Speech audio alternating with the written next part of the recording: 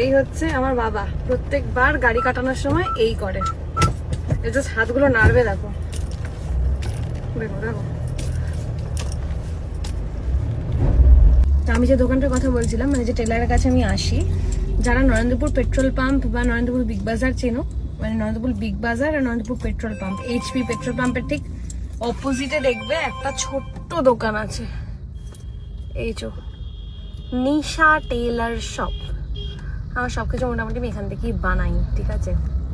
তো এখন আমি চুড়িদারের পিস নিয়ে যাব, শাড়ির ব্লাউজ, শাড়ি থেকে ব্লাউজ কেটে ব্লাউজ বানাতে দেবো, দেখিয়ে দিচ্ছি।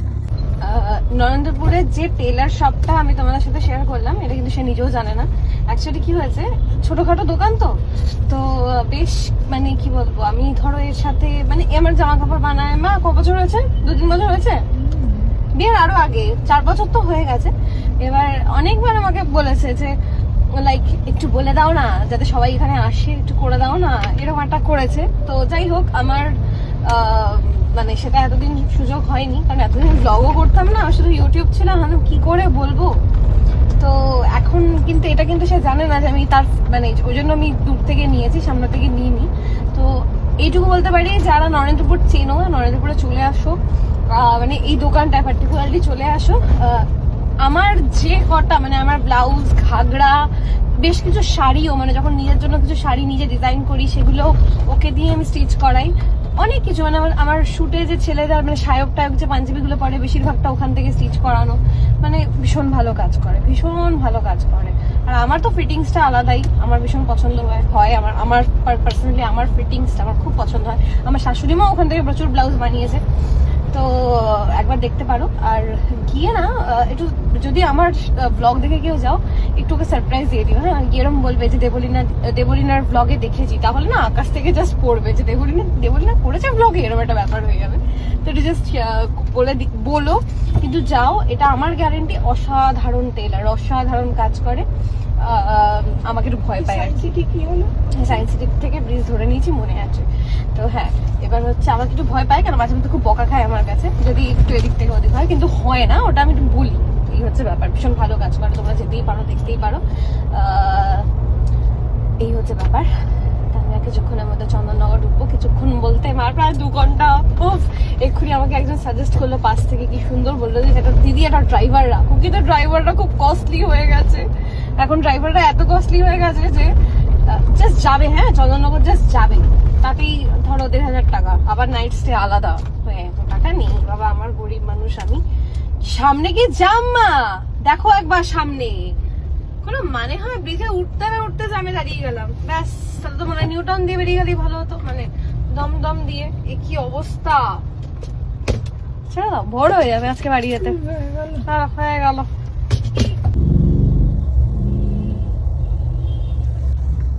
এরকম করে পাশে বসে ঘুমালে আমার ঘুম পায় না, ভোর ওঠাবা। এখন পুরো রাস্তা ওঠার পর থেকে ঘুম শুরু হয়েছে, চন্দননগরে কি নামবে, আমার কি ঘুম পায় না, আমার কি ঘুম পাচ্ছে, টিপি ঘুম পাচ্ছে। দেখো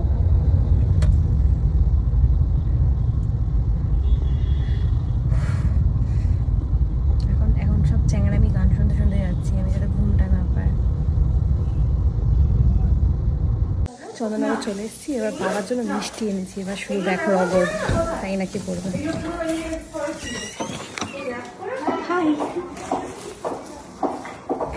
মিষ্টি, থ্যাংক ইউ। রাখো, তুমি খাবে নাকি আমরাই খেয়ে নেবো। কি মিষ্টি আছে? দেখ, জিলিপি আছে, অমিত্তি আছে, আর একটা কিছু আছে, ছানারও কিছু একটা আছে। রাখো, রাত্রি খাবো। খাবে? রাত্রি তোমার না সুগার নাকি? দেখাচ্ছ কেন তাহলে?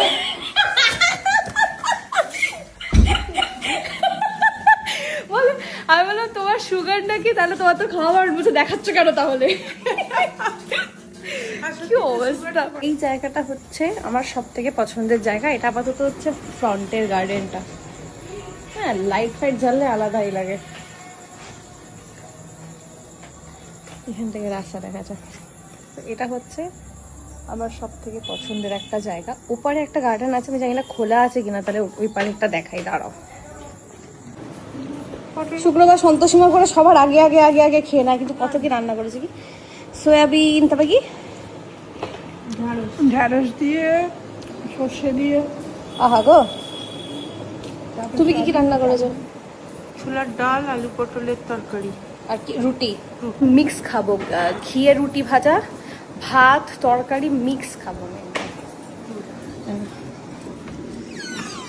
টগি হাসো হাসো হাসো, হ্যাঁ ভালো লাগছে ভালো লাগছে, হাসিটা বেরোবে বেরোবে, এই রাজেশ খান্নার মতো লাগছে, হাসো একটু হাসো। বেরোলো বেরোলো, এই তো বেরোলো, বেরিয়েছে। বাবা আর একটু, বাবা আর একটু বড়। সারাক্ষণ সিনেমা দেখে, কি একটা সিনেমা দেখছে আবার। দেখো তুমি ভালো করে সিনেমা দেখো। কি গরম। এখানে হচ্ছে রুটি হইতেছে, ফ্রেশ ফ্রেশ রুটি। তোকে নিতে আসিনি এখনো? আহা গো, আজকে ভুলে গেছে তোমাকে।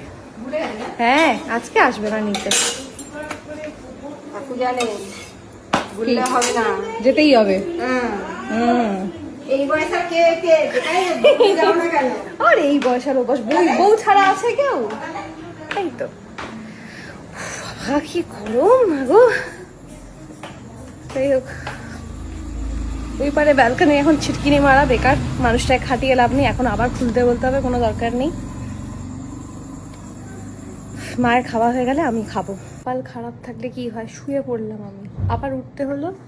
এই মহাশয়টাকে কিনে আনা হয়েছে আগের দিন, হচ্ছে এখান থেকে, যখন ওই আমি মা শাশুড়ি মা বেরিয়েছিলাম চন্দ্রনগরে মেলার জন্য, এনাকে কেনা হয়েছে।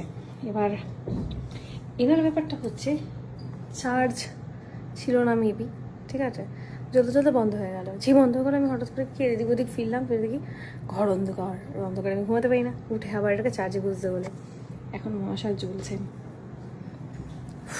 বাবা, তো ভেবেছিলাম শুতে শুতে 11টা বাজবে, বাট সিরিয়াসলি ঘড়িতে এখন বাজে হচ্ছে 1:45। আমি, শাশুড়ি মা আর শ্বশুর মশাই তিনজনে এমন গল্প শুরু করেছি, গল্পই শেষ হচ্ছিল না। তো এখন আমি ঘুমাতে যাবো, ওদিকে মা ঘুমিয়ে গেছে, তাই আমি ঘুমিয়ে নিই, সকাল সকাল সব ছাত্রছাত্রী চলে আসবে। যাই হোক, চলো গুড নাইট, টাটা। আর যারা সকালে দেখছে তাদের গুড মর্নিং, টাটা।